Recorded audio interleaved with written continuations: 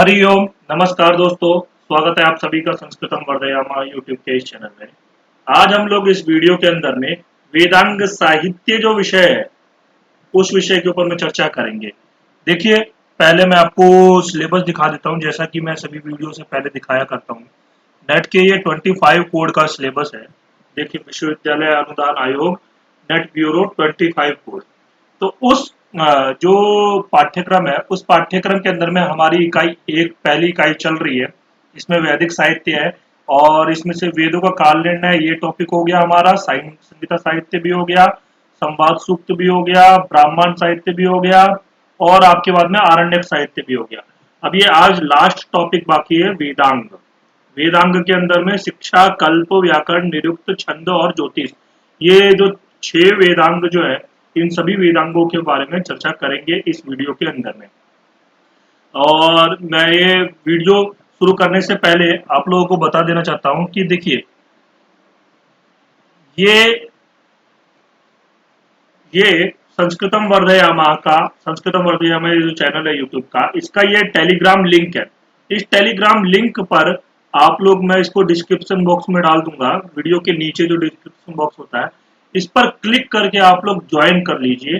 क्योंकि देखिए, जो अभी मैंने जो 6 टॉपिक मतलब आपको जो 6 टॉपिक बताए, वेदों का काल निर्णय, संवाद सूक्त, ब्राह्मण साहित्य, आरण्यक साहित्य, संगीता साहित्य और आज वेदांग साहित्य, तो ये सभी टॉपिक के ऊपर में मैंने क्वेश्चंस पूछे हैं 20 के लगभग। अभी वेदांग साहित्य के ऊपर तो मैंने 35 क्वेश्चन पूछे हैं जो एग्जाम से रिलेटेड है। तो ये सब क्वेश्चंस मैं किस ग्रुप में पूछता हूँ? इस टेलीग्राम ग्रुप में पूछता हूँ।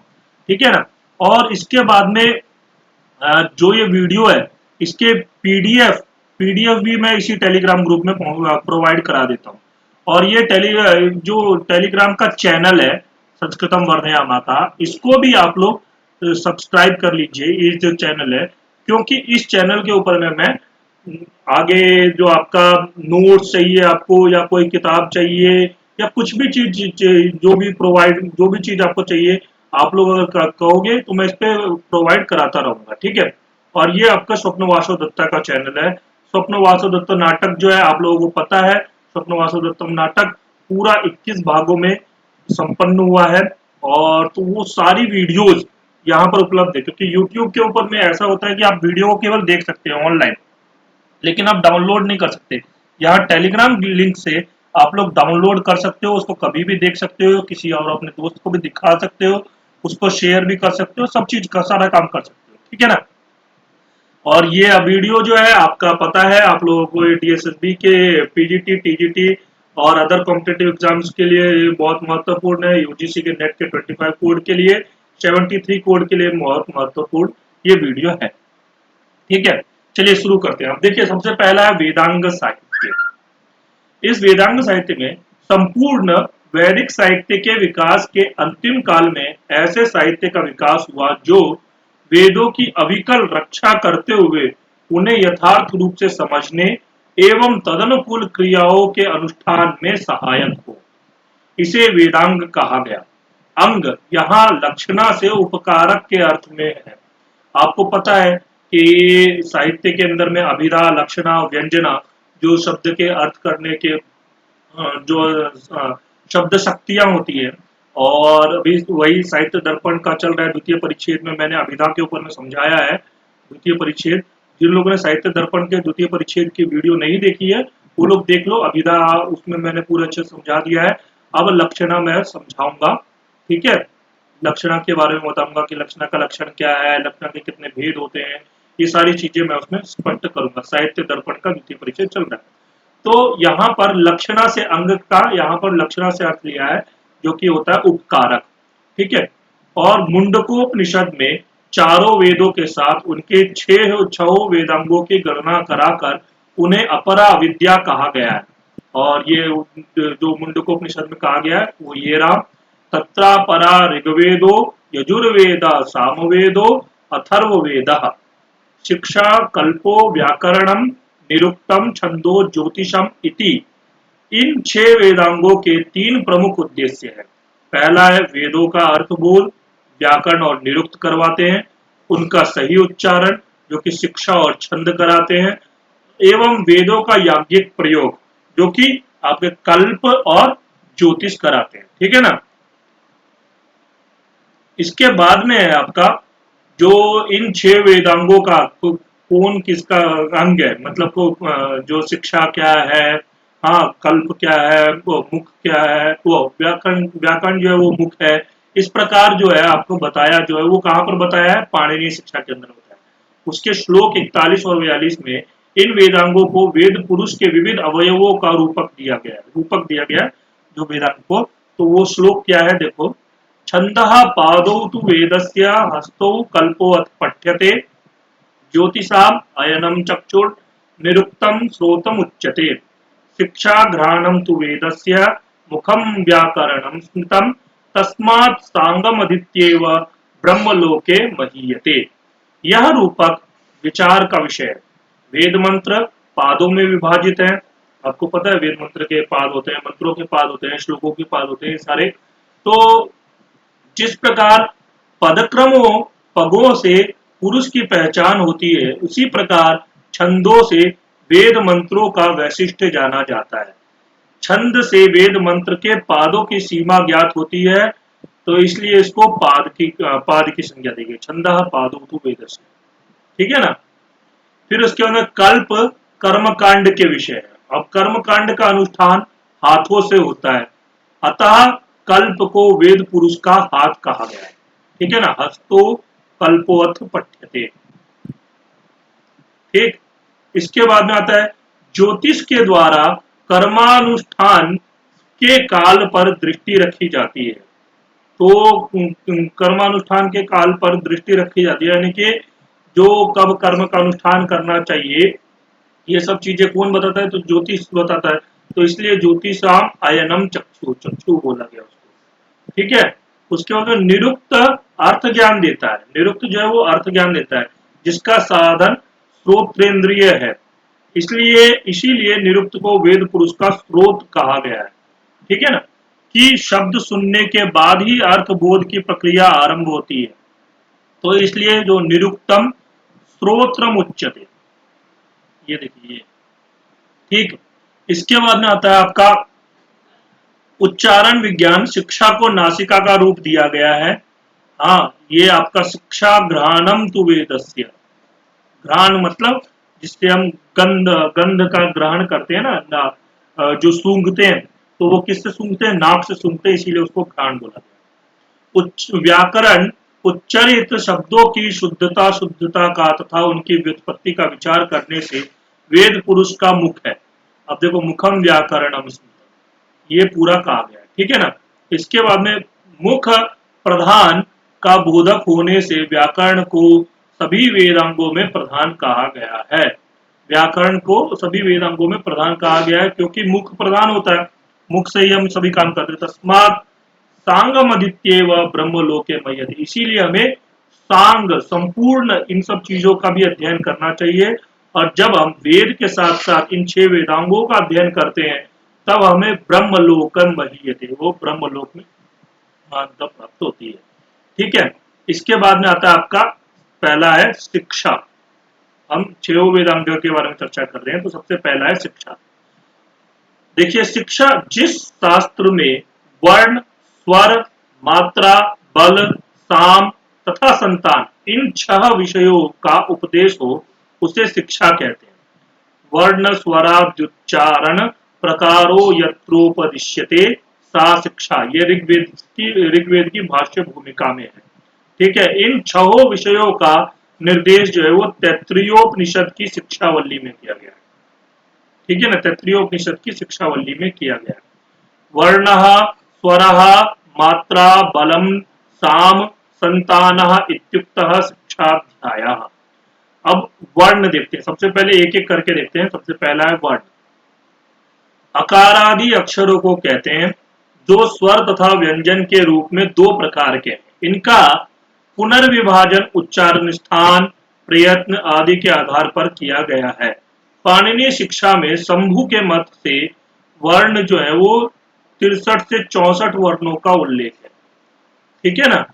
इनमें 21 स्वर, 25 स्पर्श वर्ण, जो क से लेकर के म तक, 4 अंतस्थ, 4 ऊष्म, 4 यम, अनुस्वार, विसर्ग, जिह्वामूलीय, उपधमानीय तथा 2 स्वरों के बीच का ल ल, ये 63 वर्ण है और प्लुत लरी को मिलाने से यह 64 वर्ण हो जाती है, संख्या हो जाती है।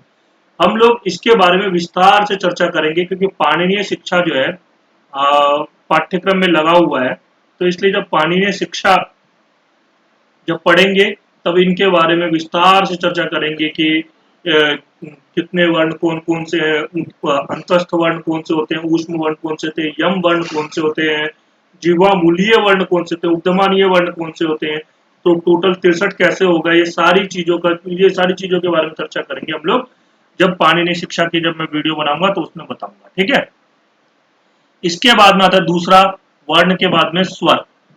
स्वर का अभिप्राय स्वराघात यानी कि असेंट है, जो संख्या में 3 है, उदात्त, अनुदात्त और स्वरित। स्वर भेद से अर्थभेद होता है। स्वरों के उच्चारण को संहिताओं तथा कुछ ब्राह्मण ग्रंथों में अंकित किया गया है। ठीक है ना, ब्राह्मण ग्रंथों में मतलब संहिता के अंदर में देखोगे एक ऐसी लाइन होती है, शब्दों के नीचे में ऐसी लाइन होती है, ऐसी लाइन होती है, वो सारा क्या होता है, वो स्वरों को अंकित करते हैं, उदात्त, अनुदात्त और स्वरित को अंकित करते हैं। ठीक है, फिर इसके बाद में आता है मात्रा। तीसरा आ गया मात्रा। मात्रा उच्चारण में लगने वाले काल को कहते हैं। इसके 3 भेद हैं, ह्रस्व, दीर्घ तथा प्लुत। ये मात्राएं स्वरों वोवेल्स में ही होती है। व्यंजनों की अर्धमात्रा मानी गई है। व्यंजनम चार्धमात्रिकम। ठीक है, इसके बाद में चौथा है आपका बल। बल वर्णों के उच्चारण स्थान तथा उच्चारण में लगने वाले प्रयत्न को कहा जाता है। बलम स्थान प्रयत्नौ। पाणिनीय शिक्षा के अनुसार कंठ, उरस, तालु, मूर्धा, दंत, ओष्ठ, नासिका और जिह्वामूल, ये 8 स्थान है। अभी देखोगे तो 25 कोड के अंदर में ये प्रश्न आया था कि पाणिनीय शिक्षा के अनुसार कितने उच्चारण स्थान करेंगे, तो ये 8 उच्चारण स्थान करेंगे। तो इस प्रकार के प्रश्न होते तो बहुत सिंपल है, लेकिन अगर आप लोगों ने नहीं पढ़ा तो कंफ्यूजन बहुत होता है। ठीक है ना, इसलिए क्योंकि जीवा मूल को नहीं गिन पाते हो या कुछ ऐसा, आप लोग केवल कंठ, उरस, तालु, मूर्धा, दंत, ओष्ठ और नासिका ही देखोगे, 7, फिर 7 भी ऑप्शन में होगा तो 7 को लगा करके आ जाओगे, लेकिन होते 8 है। ठीक है ना, तो प्रयत्न 2 प्रकार के होते हैं। पहला है अभ्यंतर प्रयत्न, दूसरा बाह्य प्रयत्न। उच्चारण स्थानों के भीतर होने वाले प्रयत्न अभ्यंतर हैं, जबकि मुख विवर की सीमा से बाहर होने वाले प्रयत्न बाह्य हैं। दोनों प्रयत्न क्रमशः 4 और 11 है। अब इसमें देखो लघु सिद्धांत कौमुदी में देखोगे तो उसके अंदर 5 बताए गए हैं, लेकिन यहाँ पर 4 अभ्यंतर प्रयत्न बताए गए। ठीक है ना, प्रश्न बन सकता है पाणिनीय शिक्षा के अनुसार आभ्यंतर प्रयत्न कितने हैं। ठीक है, अब इसमें कंफ्यूजन हो जाएगा आप लोगों को, क्योंकि जो लघु सिद्धांत कौमुदी के अंदर में वो 5 बताए हैं। ठीक है ना, और यहाँ पे जो बाह्य प्रयत्न है वो 11 है। ठीक है, तो ये याद रखना, यहाँ पे 4 आभ्यंतर प्रयत्न बताए गए। इसके बाद में आता है साम। ये 5वां हो गया साम। ठीक, साम या सामन का अर्थ है निर्दोष गुण युक्त उच्चारण। उच्चारण में 6 दोष होते हैं। अब ये भी पाणिनीय शिक्षा के अंदर में ही बताया गया है 6 दोष कौन कौन से। ये भी इनके ऊपर में भी प्रश्न पूछा गया है कि पहले मैं बता देता हूँ, इसको समझा देता हूँ फिर बताता हूँ कैसा प्रश्न पूछा गया। गीत युक्त, शीघ्रता सहित, सिर हिलाकर पढ़ना, यथालिखित, शुद्धाशुद्धि के विचार से रहित उच्चारण, अर्थ न जानना, अल्प कंठता। इसी प्रकार मतलब ये 6 जो है पाठक के मतलब अधम पाठक कहे गए हैं या दोष कहे गए।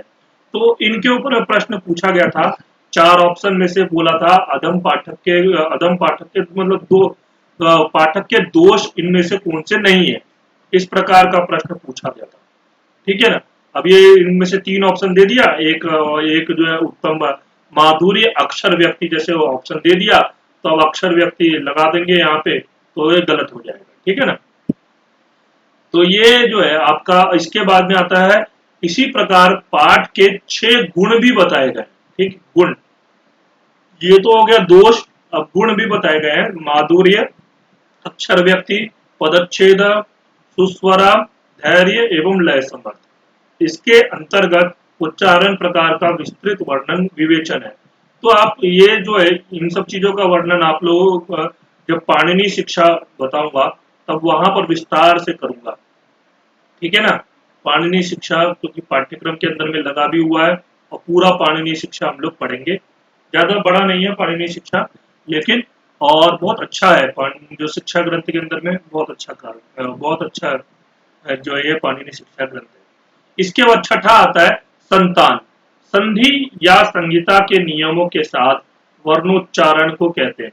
वेद मंत्रों का मूल उच्चारण संहिता पाठ है, किंतु उसके मूल में पद ही है।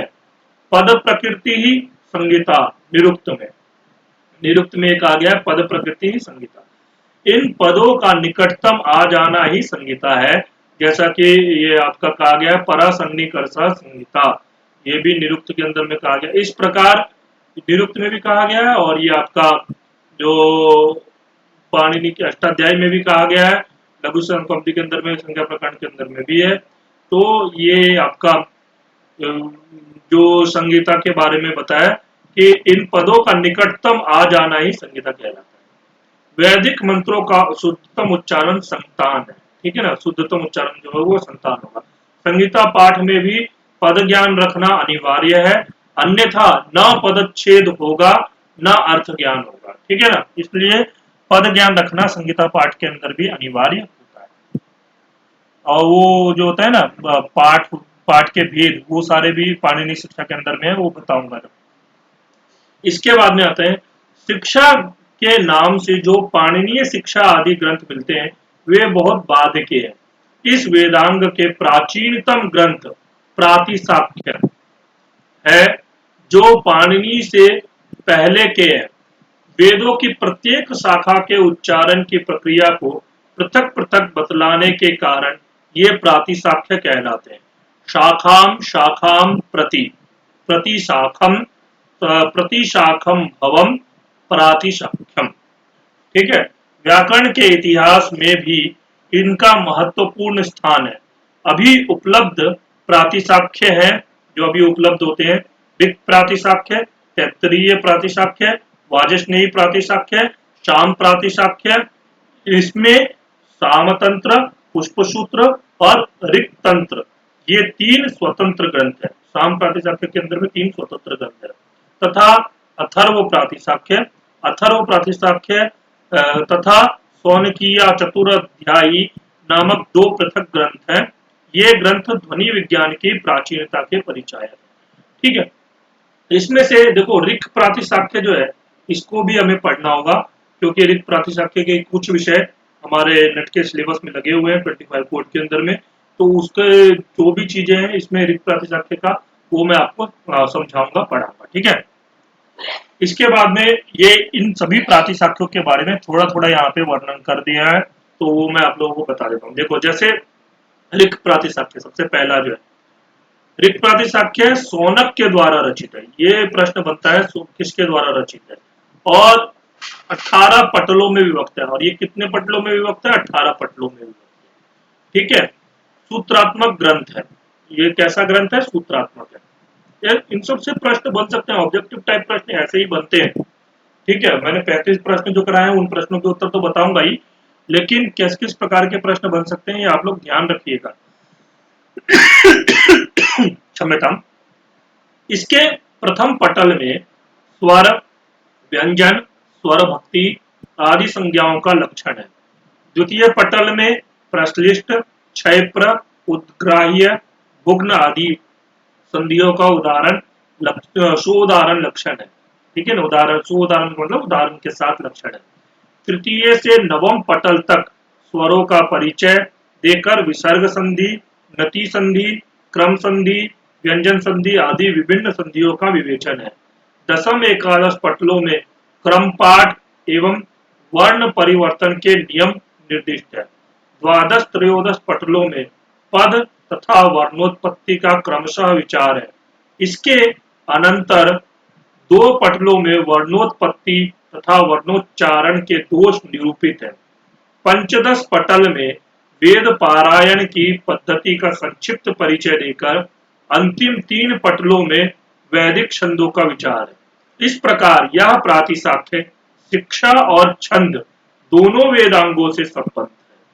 इस पर चार टीकाएं मिलती है, जिनमें उव्वट भाष्य जो है वो प्रसिद्ध है। ठीक है। और काशी हिंदू विश्वविद्यालय से डॉक्टर वीरेंद्र कुमार वर्मा ने इस प्रातिशाख्य का उत्कृष्ट संस्करण तथा एक विवेचनात्मक ग्रंथ भी प्रकाशित कराया है। ठीक है ना, डॉक्टर वीरेंद्र कुमार वर्मा। ठीक है, इन्होंने एक मतलब उत्कृष्ट संस्करण किया है और इस विवेचनात्मक ग्रंथ भी इस पे प्रकाशित कराया है। कब कराया है? 1970-72 में।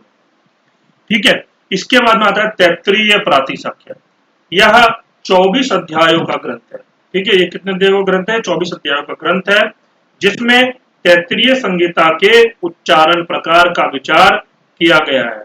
छंद छोड़कर अन्य सभी संबद्ध विषयों पर इसमें प्रामाणिक सामग्री है। ठीक है ना, छंद को छोड़ करके सभी विषयों पर इसमें प्रामाणिक सामग्री है। इसके बाद आता है वाजस्नेयी प्रातिशाख्य। शौनक शिष्य कात्यायन की रचना है, मतलब शौनक के शिष्य हुए कात्यायन, उनकी रचना है ये वाजस्नेयी प्रातिशाख्य। ठीक है, इसमें 8 अध्याय हैं। इसमें जित, मुत, धी, सिम आदि संज्ञाओं का प्रयोग है। विषय की दृष्टि से यह अव्यवस्थित है, मतलब इसमें व्यवस्थित रूप से विषय वस्तु नहीं है, अव्यवस्थित तरीके से विषय दिया गया है। ठीक है, इसके बाद में आता है अथर्व प्रातिशाख्य। इसमें 3 प्रपाठक तथा शौनकीय चतुराध्यायिका में 4 अध्याय है। ऋक्तंत्र सामवेद की कौथुम शाखा से संबद्ध है। हाँ, ये फिर इसके बाद में ये अलग हो गया। ऋक्तंत्र जो है वो सामवेद की है, ये सामवेद की कौथुम शाखा से संबद्ध है। 5 प्रपाठकों में 287 सूत्र हैं। इसके रचयिता शाक्टायन है। ठीक है, ऋक्तंत्र के रचयिता। आप ये ऋक्तंत्र से कंफ्यूज मत हो जाना, एग्जाम में इसी प्रकार के प्रश्न पूछते हैं। अब ऋक्तंत्र प्रातिशाख्य बोल दे, ऋक्तंत्र प्रातिशाख्य किस वेद से संबंधित है? अब ऋग्वेद, यजुर्वेद, सामवेद और अथर्ववेद, तो आप लोग लगा दोगे ऋग्वेद से संबंधित है, लेकिन वो ऋग्वेद से संबंधित नहीं है, वो है सामवेद से संबंधित। ठीक है ना, ये चीज याद रखना, इस प्रकार के कंफ्यूजन ना हो। ठीक, ऋक्तंत्र जो है वो आपका सामवेद की कौथुम शाखा से संबंधित है और इसके रचयिता कौन है? शाक्टायन। इसमें भी पारिभाषिक शब्दों का प्रयोग है। ठीक, इसके बाद में हमारा ये जो शिक्षा है, ये शिक्षा के बारे में हो गया। शिक्षा के अंदर में वर्ण, स्वर, मात्रा, बल, साम तथा संतान, इन सभी के ऊपर में हमने चर्चा कर ली। इसके बाद में आपका जो प्रातिशाख्य है, प्रातिशाख्य के अंदर में कौन कौन से प्रातिशाख्य हैं? सामवेद के 3 जो साम प्रातिशाख्य के अंदर सामतंत्र, पुष्पसूत्र तथा ऋक्तंत्र, ये 3 है। इसके बाद में ऋक् प्रातिशाख्य के ऊपर चर्चा कर लिया, तैत्तिरीय प्रातिशाख्य के ऊपर चर्चा कर लिया, वाजस्नेयी और अथर्व प्रातिशाख्य। हम लोग ऋक् प्रातिशाख्य के ऊपर में विस्तार से चर्चा करेंगे। ठीक है, इसके बाद में दूसरा शिक्षा के बाद है कल्प। ठीक, कल्प विभिन्न वैदिक शाखाओं के ब्राह्मण ग्रंथों में विहित कर्मों का व्यवस्थित वर्णन करने वाला वेदांग जो है वो कल्प कहलाता है, उसको कल्प कहा गया। ठीक है, ब्राह्मणों के विधि वाक्यों में कर्मों का निरूपण है। ये कर्म स्रोत तथा गृह कर्म के रूप में है। इनमें इनके अतिरिक्त मानव के आचार व्यवहार से संबद्ध धर्म का भी इनमें विवेचन था। इस प्रकार के सभी कर्म कल्प की परिधि में रखे गए हैं। विश्वामित्र ने कल्प का लक्षण दिया है। कल्पो वेद विहितानाम कर्मणाम आनुपूर्व्येन कल्पना शास्त्रम। वेदों में विहित कर्म इतने व्यापक और विच्छिन्न थे कि उन्हें संक्षिप्त और व्यवस्थित करके कल्प ग्रंथों में सूत्रबद्ध किया। कल्प ग्रंथों में कैसे किया? सूत्रबद्ध किया। सूत्र अल्पाक्षरत्वे बहुअर्थ बोधकत्वम सूत्रत्वम, मतलब अल्प अक्षर के अंत में मतलब बहुत अर्थ का बोधक कराने वाला जो होता है वो क्या कहलाता है, सूत्र कहलाता है। के रूप में होने के कारण पाश्चात्य इतिहासकार कल्पों का विवरण सूत्र साहित्य के अंतर्गत करते हैं। ठीक है, पाश्चात्य विद्वान का मतलब वो वेस्टर्न वेस्टर्न जो है इतिहासकार, वेस्टर्न हिस्टोरियन जो होते हैं वो लोग, जो आपके वेस्ट साइड के हैं, जैसे अमेरिका इत्यादि देश जो है वो क्षम्यताम, वहां के विद्वान जो है इसको सूत्र साहित्य के अंतर्गत में रखते हैं। कल्प का विवरण स्वतंत्र अध्याय का विषय है। इसमें सभी वेदांगों से अधिक साहित्य का विकास हुआ है। यहाँ संक्षिप्त विवरण ही संभव है। ठीक है, यहाँ पे संक्षिप्त विवरण ही संभव है। सबसे पहले देखो कल्प, कल्प के 4 वेद है, स्रोत सूत्र, गृह सूत्र, धर्म सूत्र और शूल सूत्र। देखो ये चारों मिला करके कल्प बनता है। ठीक है ना। अब ये प्रश्न बहुत बार पूछा है, इसमें से कौन सा आपका कल्प में नहीं आता है, स्रोत सूत्र, गृह सूत्र, धर्म सूत्र या आपका रेखा सूत्र, ऐसा या कुछ भी ऐसा करके सूत्र दे दिया, या व्याकरण सूत्र।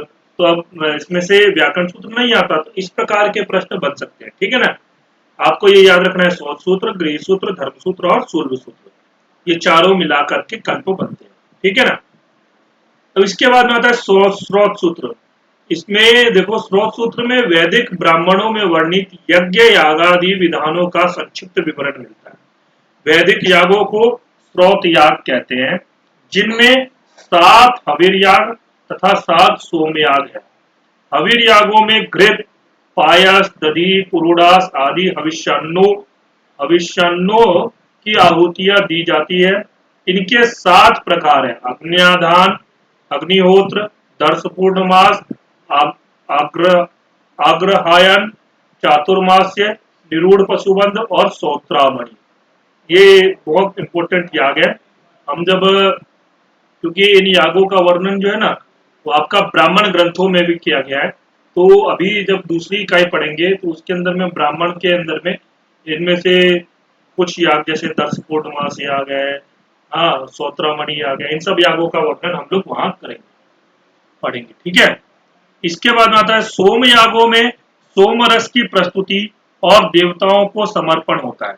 इनके 7 वेद है: अग्निष्टोम, अत्यग्निष्टोम, उक्थ्य, षोडशी, वाजपेय, अतिरात्र और आप्तोर्याम। स्रोत यागों का वर्णन उनकी जटिलताओं के साथ स्रोत सूत्रों में है। अब इसके बाद में देखो स्रोत सूत्र किस वेद के कौन कौन से स्रोत सूत्र मिलते हैं, ये वाला बहुत इंपॉर्टेंट है। अभी इस वीडियो में तो मैंने चार्ट नहीं बनाया है, मैं कोशिश करूंगा आगे के वीडियो में एक चार्ट के रूप में ये आपके पास में हो, ताकि आपको ये याद रहे। क्योंकि आजकल जो है वेद से अगर क्वेश्चन आते हैं तो उसमें से जो कल्प के ऊपर में एक क्वेश्चन तो रहता ही है, और ये थोड़ा कठिन हो जाता है क्योंकि सब चीज को याद रखना। देखते हैं, फिर भी मैं बताता हूँ, और एक चार्ट रखेगा रहेगा तो आप लोगों को हमेशा के लिए याद हो जाएगा। ठीक है। ऋग्वेद के 2 स्रोत सूत्र है, आशुलायन तथा सांख्यायन, इसमें तो कोई समस्या नहीं है। शुक्ल यजुर्वेद का एकमात्र एकमात्र है कात्यायन स्रोत सूत्र। ठीक है ना। कृष्ण यजुर्वेद के 6 स्रोत सूत्र है: बोधायन, आपस्तंभ, हिरण्यकेशी, वैखानस, भारद्वाज और मानव। ठीक है, एक बार और मैं बता देता हूँ: बौधायन, आपस्तंभ, हिरण्यकेशी, वैखानस, भारद्वाज और मानव। इनमें से ये जो कृष्ण यजुर्वेद के है ना, इसके ऊपर में बहुत बार, जैसे आपस्तंभ स्रोत सूत्रम कस्य वेदस्य अस्ति वा हिरण्यकेशी स्रोत सूत्रम कस्य वेदस्य अस्ति व भारद्वाज स्रोत सूत्रम कस्य वेदस्य अस्ति, इस प्रकार के प्रश्न बहुत बार पूछे गए। ठीक है, जब आप पुराने पेपर्स को देखोगे ना तब आपको मिल जाएंगे। सामवेद के 4 स्रोत सूत्र है: आर्षेय, लाट्यायन, द्राहियायन और तथा जैमिनी। ठीक है, एक बार और बोल देता हूँ, 2 बार बोलने से आप लोगों के थोड़ा दिमाग में रहेगा: आर्षेय, लाट्यायन, द्राहियायन तथा जैमिनी। अथर्ववेद का एकमात्र वैतान स्रोत सूत्र। ठीक है ना। सबद्ध संबद्ध वेदों के ब्राह्मण ग्रंथों के कर्मों का इनमें श्रृंखलाबद्ध निरूपण है। ठीक, इसके बाद में आता है गृह्य सूत्र। पहला हो गया सुश्रुत, ठीक है। अब हम गृह्य सूत्र दूसरा, गृह सूत्र में गार्हस्थ्य जीवन से संबद्ध धार्मिक अनुष्ठानों, संस्कारों, यज्ञों तथा अन्य कृत्यों का विवरण है। इनमें प्रतिपादित यज्ञ गृहाग्नि में अनुष्ठित होते थे। इनमें ब्रह्मयज्ञ, देवयज्ञ, पितृयज्ञ, भूतयज्ञ और नृयज्ञ, जिन्हें पंच महायज्ञ भी कहते हैं, इनके नाम से पंच महायज्ञों का भी वर्णन है। देखो ये पंच महायज्ञ बहुत इंपॉर्टेंट है। इस प्रकार पंच महायज्ञ में कौन नहीं है, इस प्रकार के प्रश्न बनते हैं, तो ये याद रखना। ब्रह्म यज्ञ, देव यज्ञ, पितृ यज्ञ, भूत यज्ञ और नृ यज्ञ का भी वर्णन है, जो गृहस्थ के लिए दैनिक कृत्य है। इनके अतिरिक्त अपशकुन की शांति, गृह निर्माण, कृषि, पशुपालन आदि का भी इनमें निरूपण है। यद्यपि इनमें सार्वजनिक रूप से कर्मानुष्ठान का विधान है, तथापि विभिन्न वैदिक शाखाओं में ही इनका इनका उद्भव हुआ। ठीक, अब किस वेद के कौन कौन से गृह सूत्र है तो देख लो। ऋग्वेद के दो गृह सूत्र है, आश्वलायन तथा सांख्यायन। शुक्ल यजुर्वेद का एकमात्र पारस्कर गृह सूत्र है। कृष्ण यजुर्वेद के 9 गृह सूत्र है, बोधायन, मानव, भारद्वाज, आपस्तंभ, हिरण्यकेशी, वैखानस, वाधूल, काठक और वाराह गृह सूत्र। ठीक है, ये याद रखना। इसमें से देखो बोधायन, मानव, भारद्वाज, आपस्तंभ, हिरण्यकेशी, वैखानस, ये तो 6 तो है ही, पहले ही है। ठीक है, वाधूल, काठक और वाराह गृह सूत्र ये आपके ये शॉर्ट सूत्र भी मिलते हैं ये 6 के, और इसमें ये 3 ये अलग से याद रखना है। इस प्रकार याद कर सकते, जब एक चार्ट बन जाएगा ना आपके पास में, तो आपको हमेशा के लिए याद हो जाएगा। मैं अगले वाली वीडियो में जब प्रश्न कराऊंगा तो उसमें एक चार्ट बना करके करूंगा आपको, ठीक है, रख दूंगा। सामवेद के 3 गृह सूत्र है, गोभिल, हादिर और तथा जैमिनी। अथर्ववेद का एक ही गृह सूत्र है, कौशिक। ठीक, इसके बाद में आते हैं, तीसरा हो गया हमारा धर्म सूत्र। धर्म सूत्र में सामाजिक जीवन के नियमों, विधि निषेधों, क्रियाकलापों तथा आचार विचार का वर्णन है। राजाओं के कर्तव्य का भी वर्णन यहाँ मिलता है।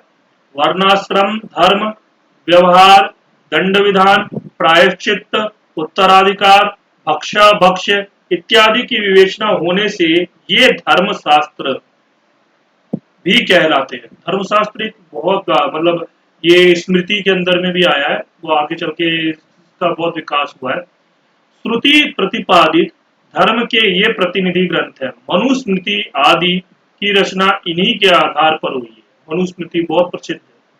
सभी वैदिक शाखाओं के धर्म सूत्र नहीं मिलते हैं। मनुस्मृति हमारे पाठ्यक्रम में भी लगा है इसका पहला, दूसरा और 7वां अध्याय, तो वो भी हम लोग करेंगे। और मनुस्मृति के ऊपर में मैंने पहले भी कुछ वीडियोस बनाए हैं, जिन लोगों ने नहीं देखे वो लोग देख लीजिएगा, बहुत इंपॉर्टेंट है वो। एग्जाम से रिलेटेड मैंने इम्पोर्टेंट टॉपिक कराए थे उस मनुस्मृति के उसमें, तो आप लोग वो कर देख सकते हो, ठीक है ना। आदि की रचना इन्हीं के आधार पर हुई है। सभी वैदिक शाखाओं के धर्मसूत्र नहीं मिलते। कुछ शाखाओं के जैसे आश्वलायन, शांखायन और मानव के स्रोत सूत्र और गृह सूत्र उपलब्ध है, किंतु धर्म सूत्र नहीं। केवल बोधायन, आपस्तंभ और हिरण्यकेशी के संपूर्ण कल्पसूत्र, गृह गृह धर्म आदि सभी उपलब्ध है, ठीक है ना। इस समय बोधायन, गौतम, आपस्तंभ, हिरण्यकेशी, वशिष्ठ ये ही मुख्य और प्राचीन धर्मसूत्र मिलते हैं। इनमें आपस्तंभ और हिरण्यकेशी प्रायः समान है। अब ये प्रश्न बन सकता है कौन से, देखो कौन से दो, क्योंकि आजकल जो है ना प्रश्न पूछने का, आप लोग अगर किसी ने दिया होगा हाँ एग्जाम, तो उसको एक्सपीरियंस होगा कि आजकल ऑप्शन के अंदर में ऑप्शन पूछ रहे हैं, मतलब दो दो ऑप्शन दे रहे हैं। जैसे अब ये देखो प्रश्न बन जाएगा, एतेषु एतेषु कः प्रायः समान सम- समान धर्म सूत्र किम प्राय समान धर्म सूत्रम भवति। हाँ, आपस्तंभ हिरण्यकेशी, गौतम आपस्तंभ, वशिष्ठ हिरण्यकेशी या बोधायन गौतम। अब इसमें दो दो ऑप्शन दे दिया। अब दो दो ऑप्शन में एक अगर आपको पता भी है तो दूसरे का आप नहीं कर सकते हो। इस प्रकार के प्रश्न पूछे जा रहे हैं, तो इसलिए आप लोगों को पता बहुत अच्छे से होना चाहिए।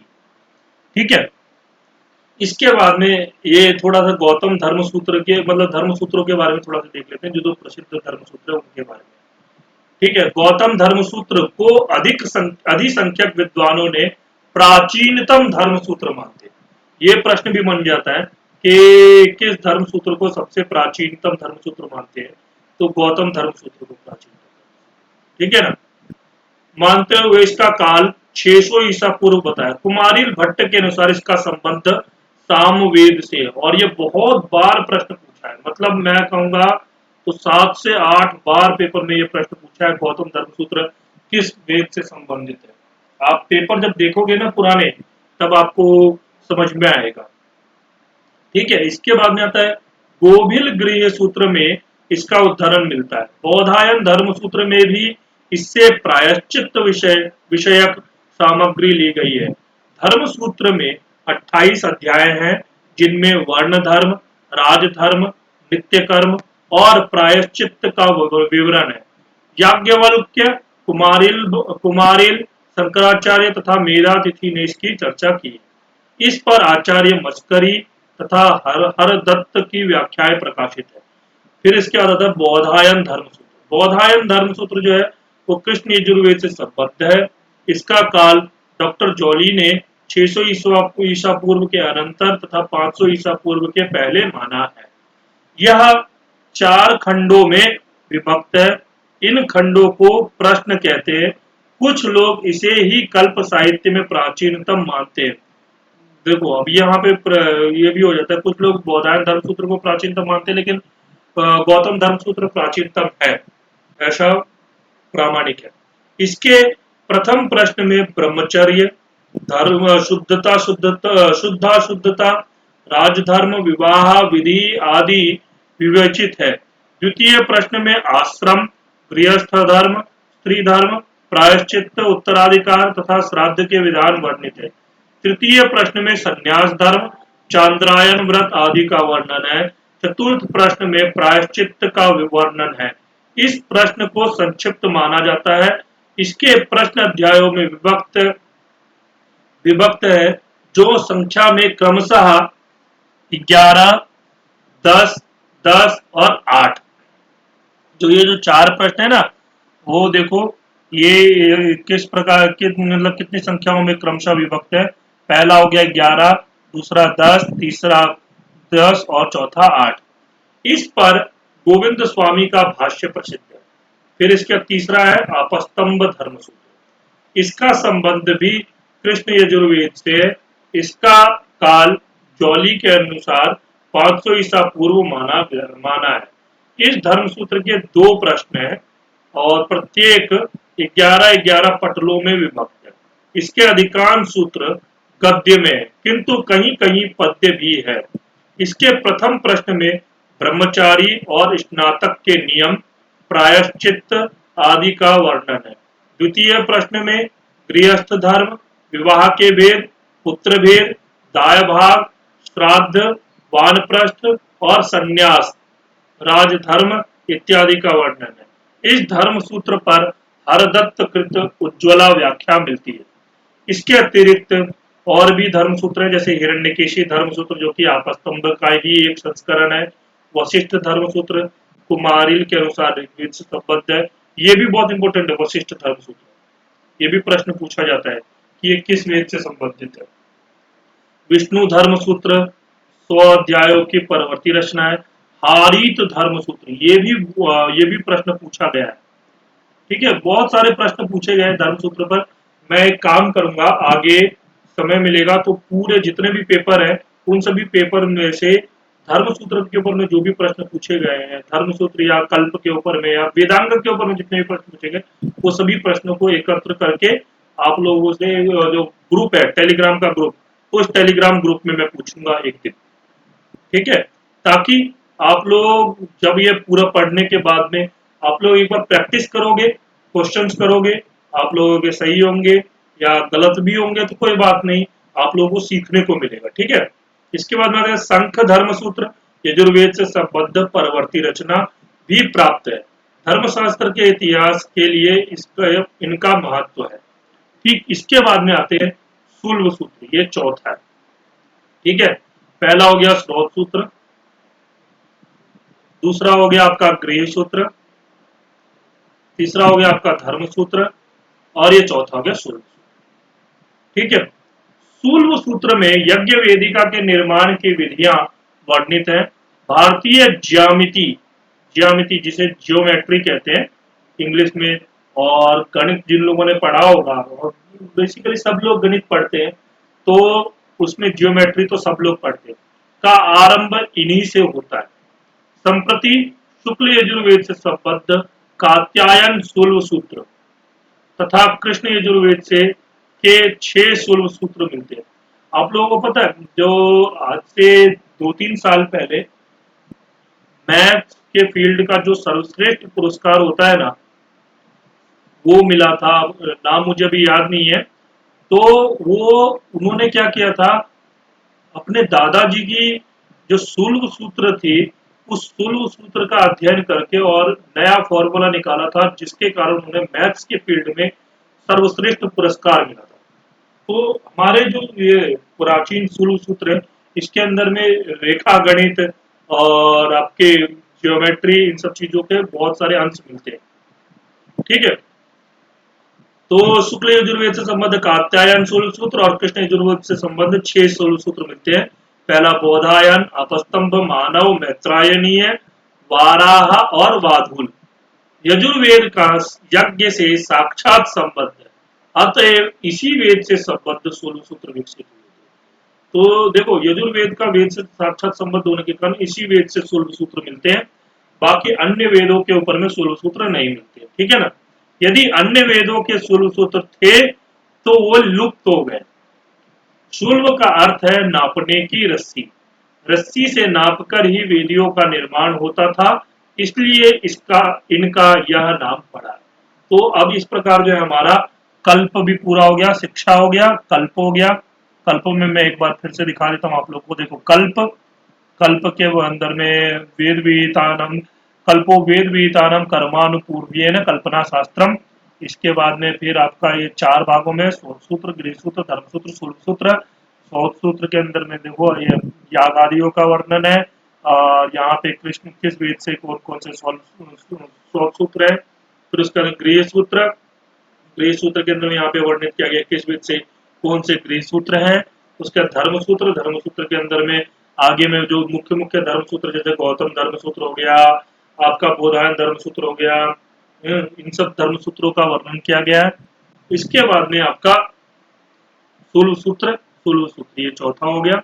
अब हम लोग चलते हैं व्याकरण के, ये हमारा तीसरा वेद, ठीक है। मूलतः वैदिक भाषा के पदों की रचना व्युत्पत्ति को स्पष्ट करने के लिए इस वेदांग का विकास हुआ था, जो क्रमशः लौकिक साहित्य की परिधि में आकर एक महत्वपूर्ण शास्त्र बन गया। इस विषय पर आगे विवेचन किया जाएगा। जो क्या मतलब ये लौकिक, जो आपका लौकिक संस्कृत में जैसे अष्टाध्यायी है, फिर उसके बाद में लघु सिद्धांत कौमुदी है, सिद्धांत कौमुदी है, जो व्याकरण शास्त्र की पूरी एक परंपरा ही बन गई लौकिक संस्कृत के अंदर, ठीक है। उसके बाद तैत्तिरीय संगीता में इंद्र द्वारा वाक को व्याकृत, व्युत्पन्न, विभाजित किए जाने का आख्यान है। इसीलिए परंपरा से इंद्र को प्रथम वैयाकरण कहा जाता है, मतलब इंद्र को प्रथम वैयाकरण कहा जाता है। यद्यपि अभी वैदिक भाषा का अनन्य रूप से विवेचन करने वाला कोई स्वतंत्र व्याकरण ग्रंथ नहीं मिलता, तथापि संगीताओं और ब्राह्मण ग्रंथों में पद विश्लेषण के अनेक संकेत मिलते हैं। यास्क ने भी अपने निरुक्त में पद प्रकृति संगीता कहकर पदों के अध्ययन का महत्व और प्राचीनत्व निर्दिष्ट किया है। संगीताओं का पदपाठ करने वाले लोग ही प्रथम वैयाकरण थे, जिन्होंने पदों के रूप में मंत्रों को रूपांतरित करके पद विज्ञान व्याकरण का मार्ग प्रशस्त किया। व्याकरण के 5 प्रमुख उद्देश्य कहे गए हैं। पहला है वेदों की रक्षा करना। हाँ, वेदों के मूल पदों को समझना। ऊह, देखो रक्षा, ऊह, ये रक्षा हो गया पहला, ऊह हो गया दूसरा। ऊह का मतलब है यज्ञ में आवश्यकता अनुसार प्रकृति रूप में पठित पदों का विकृति पाठ करना। तीसरा हो गया आगम। आगम क्या है? प्राचीन उद्धरणों से व्याकरण का महत्व समझना। चौथा हो गया लघु। लघु में भाषा शिक्षा के लिए लघुतम साधन होना। और पांचवा हो गया असंदेह, किसी स्थल विशेष में भाषागत संदेह का निराकरण। पतंजलि ने इनके अतिरिक्त वैदिक उद्धरणों के आधार पर व्याकरण की उपयोगिता पर प्रकाश डाला है। आपको पता है पतंजलि का महाभाष्य, जो महाभाष्य का पशपशानिक है, ठीक है ना, उस वो जो पशपशानिक है वो हमारे पाठ्यक्रम में लगा है। तो उस पशपशानिक के अंदर में सबसे पहले ही व्याकरण का प्रयोजन जो बताते हैं, उसमें 5 जो है वो मुख्य प्रयोजन बताते हैं: रक्षा, ऊह, आगम, लघु और असंदेह। ठीक है, उसके बाद में 13 गौण प्रयोजन बताते हैं। और मुझे याद है कि आज से एक दो साल के, मतलब एक दो साल के पहले के पेपर में, अभी वो पूरा मेरे को मतलब अच्छे से भी ध्यान नहीं आ रहा, मैं पेपर जब दिखाऊंगा आप लोगों को तब बताऊंगा। उसमें तो 13 गौण प्रयोजन है ना, उसमें क्रम भी पूछ लिया था कि किसके मतलब कौन सा क्रम है। तो इस प्रकार बहुत सारी चीजें अभी जब महाभाष्य करेंगे हम लोग पतंजलि का, तब मैं बताऊंगा। ठीक है, उस टाइम पे उस प्रश्न को लूंगा। अभी आप लोग इतना याद रखो कि 5 प्रयोजन और 13 गौण प्रयोजन है। बाकी ये देखो व्याकरण के अंदर लघु, रक्षा, ऊह, आगम, लघु और असंदेह। ठीक है, ऐतिहासिक दृष्टि से व्याकरण का सर्वप्रथम पूर्ण ग्रंथ जो है पाणिनि की अष्टाध्यायी है। ठीक है, जिसके 4000 सूत्रों में प्राय 700 वैदिक भाषा तथा उनमें निहित स्वर के विवेचन से संबद्ध है। वैदिक भाषा की तुलना संस्कृत से करते हुए पाणिनि ने तथा कथित वैदिकी प्रक्रिया के सूत्रों की रचना की थी। पाणिनि के पूर्व भी आपिशली, काश्यप, गार्ग्य, गालव, चाक्रवर्मन, भारद्वाज, शाक्तायन, साकल्य, सेनक और तथा स्फोटायन, ये 10 वैयाकरण हो चुके थे, जिनके नाम अष्टाध्यायी में आए हैं। ठीक है, इनके अतिरिक्त अन्य ग्रंथों से 13 वैयाकरणों के नाम प्राप्त होते हैं, जो पाणिनि से पहले हो चुके हैं। इनके ग्रंथ अनुपलब्ध है। ठीक है, अभी इनके ग्रंथ जो है वो अनुपलब्ध हैं, केवल इनके नाम नाम मिलते हैं। ठीक है, अब इसके बाद में आता है चौथा हमारा निरुक्त। निरुक्त देखते हैं। वैदिक शब्दों का निर्वचन अर्थात अर्थ का निर्णय करने वाला वेदांग निरुक्त। निश, वच और उसमें त प्रत्यय लगा तो वो निरुक्त बना। अभी एकमात्र यास्क रचित निरुक्त उपलब्ध होता है, जो वैदिक शब्दों के एक पंच अध्यायात्मक संग्रह, तो पंच अध्यायात्मक यानी कि 5 अध्याय का संग्रह जो है निघंटु। ठीक है, निघंटु की व्याख्या है। अनुमान होता है कि निघंटु के नाम से कई संग्रह हुए थे, तभी यास्क ने निघंटवः यह बहुवचन प्रयोग किया है। यास्क ने एक विशेष निघंटु का चुनाव करके उसी पर व्याख्या लिखी। यास्क का समय 800 ईसा पूर्व से 700 ईसा पूर्व के बीच रखा जाता है। कुछ लोग इस निघंटु को भी यास्ककृत मानते हैं, किंतु महाभारत के मोक्ष धर्म पर्व में के अनुसार प्रजापति कश्यप इसके लेखक या संग्रह करता है। ठीक है, ये आप लोग निघंटु के बारे में आप लोग जान लो। हाँ, तो इसलिए निघंटु का लेकर के आया। निघंटु के बारे में थोड़ा सा बता रहा हूँ कि निघंटु जिस पर व्याख्या रूप निरुक्त आश्रित है। आप लोग निरुक्त के बारे में तो हम लोग पढ़ेंगे ही। निरुक्त का पहला अध्याय, दूसरा अध्याय में से निर्वचन और 7वां अध्याय मतलब देवकांड, देवता अध्याय जो है। ठीक है ना, ये तीनों अध्याय लगे हैं, तो वो निरुक्त जब हम पढ़ेंगे, लेकिन निघंटु के बारे में यहाँ पे मैं थोड़ा सा बता दे रहा हूँ कि 5 अध्यायों का वैदिक शब्द संग्रह है। ठीक है, यह 3 कांडों में विभक्त है, नैघंटुक कांड, नैगम कांड या एक पदिक कांड तथा दैवत कांड। नैघंटुक कांड में 3 अध्याय हैं जिनमें पर्याय समानार्थक शब्दों का संग्रह है, जैसे पृथ्वीवाचक 21 शब्द, मेघवाचक 30 शब्द इत्यादि। यास्क ने निरुक्त के प्रथम से तृतीय अध्याय तक इन संग्रहों के प्रतिनिधि शब्दों की व्याख्या सोदाहरण की है। इसीलिए निरुक्त के प्रथम 3 अध्यायों को भी नैघंटुक कांड कहते हैं। ठीक है, कहा जाता है। निरुक्त के प्रथम अध्याय में पदों के 4 भेद, नाम, आख्यात, उपसर्ग और निपात, इन चारों के हम लोग विस्तृत रूप से चर्चा करेंगे। सभी का लक्षण, उदाहरण, सब चीज हम लोग देखेंगे। नामों का आख्यातज होना निरुक्त के उद्देश्य, अर्थ ज्ञान, पद ज्ञान इत्यादि, अर्थ ज्ञान की प्रशंसा आदि निर्दिष्ट करके निघंटु की व्याख्या की भूमिका दी गई। द्वितीय अध्याय के आरंभ में निर्वचन के सिद्धांत तथा शास्त्र के अधिकारी का निरूपण करने के बाद ही निघंटु के पदों की व्याख्या का उपक्रम हुआ है। निघंटु का चतुर्थ अध्याय नैगम कांड है, इसमें जिसमें वेदों के संकलित क्लिष्ट एवं स्वतंत्र पदों का संग्रह 3 खंडों में किया गया। इन खंडों की व्याख्या पूर्ववत उदाहरण सहित निरुक्त के पंचम, चतुर्थ और षष्ठ अध्याय में क्रमशः हुई है। स्वभावतः निरुक्त के इस अंश को नैगम कांड कहा गया। निघंटु के पंच अध्याय में देवतावाचक शब्द 6 खंडों में संकलित है, इसे दैवत कांड कहते हैं। निरुक्त के सप्तम से द्वादश अध्याय तक इन नामों की व्याख्या है। यह व्याख्या भाग भी दैवत कांड के नाम से प्रसिद्ध है। यहाँ भी सप्तमाध्याय के आरंभ में देवताओं के विषय में विस्तृत जानकारी दी गई है, तब व्याख्या का उपक्रम हुआ है। परवर्ती ग्रंथ बृहद देवता पर यास्क का बहुत प्रभाव है और अध्याय 13 और 14 परिशिष्ट के रूप में। तो इस प्रकार जो है निरुक्त के अंदर में टोटल जो है वो 14 अध्याय हैं, जो कि पूरे निघंटु के ही 5 कांडों की जो है उसमें व्याख्या की गई है। ठीक है, जब हम निरुक्त के बारे में पढ़ेंगे तो फिर हम लोग उस पर विस्तार से पढ़ेंगे। ठीक है, इसके बाद निरुक्त की रचना का मुख्य उद्देश्य वेद मंत्रों की निर्वचन परक व्याख्या करना, देवताओं के स्वरूप को स्पष्ट करना था। यास्क ने इन उद्देश्यों का स्वयं निर्देश किया है।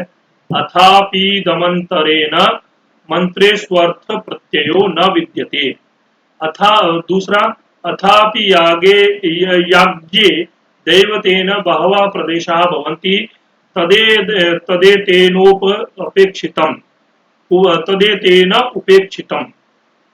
उपेक्षितव्यम। वेदों की प्रथम व्याख्या तथा देवता विज्ञान को व्यवस्थित करने में यास्क का स्थान अप्रतिम है। निरुक्त के निर्वचनों को विद्वानों ने वर्णागम, वर्ण विपर्य, वर्ण विकार, वर्णनाश तथा धातु का शब्द के प्रधान अर्थ से संबंध बताना, इन 5 रूपों में देखा है। अब देखो 5 रूपों में निरुक्त को देखा है। पहला है वर्णागमो वर्ण विपर्ययश्च, द्वौ चापरो वर्ण विकारनाशो, धातोस्तदर्थातिशयेन योगस्तदुच्यते पंचविधम निरुक्तम। 5 प्रकार के जो निरुक्त का वर्णन किया गया। निरुक्त भाषा शास्त्र, अर्थ विज्ञान और एवं निर्वचन शास्त्र, जिसे एटिमोलॉजी बोलते हैं, का प्राचीनतम ग्रंथ है। निरुक्त एक कठिन ग्रंथ है, स्थान स्थान पर इसके पाठ भी त्रुटिपूर्ण है, इसलिए इस पर प्राचीन काल से ही व्याख्याएं लिखी गई है। स्कंद स्वामी, जिन्होंने 600 ईस्वी में लिखा था, दुर्गाचार्य 13वीं शती में इसकी व्याख्या प्रसिद्ध है। इन दोनों की व्याख्या बहुत प्रसिद्ध है। निघंटु के प्रत्येक शब्द पर देवराज यज्वा की व्याख्या उपलब्ध है। इनका समय 1200 ईस्वी में मानते हैं। ठीक है, अब इसके बाद में आते हैं 5वां जो है हमारा छंद। छंद वेदों के अधिसंख्यक मंत्र पद्य में है प्राचीन काल में लेखन सामग्री के अभाव में स्मरण से ही रचनाएं एक पीढ़ी से दूसरी पीढ़ी में संक्रमण करती थी। स्मृति की दृष्टि से गद्य की अपेक्षा पद्य अधिक अनुकूल था। पद्यात्मक मंत्रों के सही उच्चारण, समुचित स्थान पर विराम इत्यादि के लिए छंद, जो कि छंदस सकारांत शब्द है और ये नपुंसक लिंग में होता है और इसका शब्द रूप चलता है छंदा, छंदसी, छंदांसी, इस प्रकार का ज्ञान अनिवार्य है। वैदिक छंदों में अक्षरों की गणना होती है। नियत अक्षरों स्वर वर्णों से पाद बनते हैं। एक मंत्र का आंतरिक विभाजन पादों में ही होता है। छंदस, छद धातु असुन प्रत्यय शब्द का व्युत्पत्ति लभ्य अर्थ जो है वो क्या है? आच्छादित करने वाला या स्तुति का साधन। इस प्रकार यह वेदांग वेद का आवरण है, स्तुति का साधन है। कात्यायन की सर्वानुक्रमणी में छंद का लक्षण दिया गया है। यदक्षर परिमाणम तत्छंदा। संप्रति इस वेदांग का प्रतिनिधि ग्रंथ पिंगल ऋषि का छंदा सूत्र है, जिसके आरंभ से चतुर्थ अध्याय यानी कि 7 सूत्र जो है तक वैदिक छंदों के लक्षण दिए गए हैं। शेष भाग में लौकिक छंदों का वर्णन है। ऋक् प्रातिशाख्य के अंत में 16 से लेकर के 18वें पटल भी जो है उसमें भी वैदिक छंदों का विवेचन है। अभी जब रीति ऋक् प्रातिशाख्य का वर्णन किया था तो उसमें बताया था अंतिम जो 16 से लेकर के 18 अध्याय जो है उन 3 अध्यायों में जो वैदिक छंदों का प्रयोग किया गया। ठीक है ना?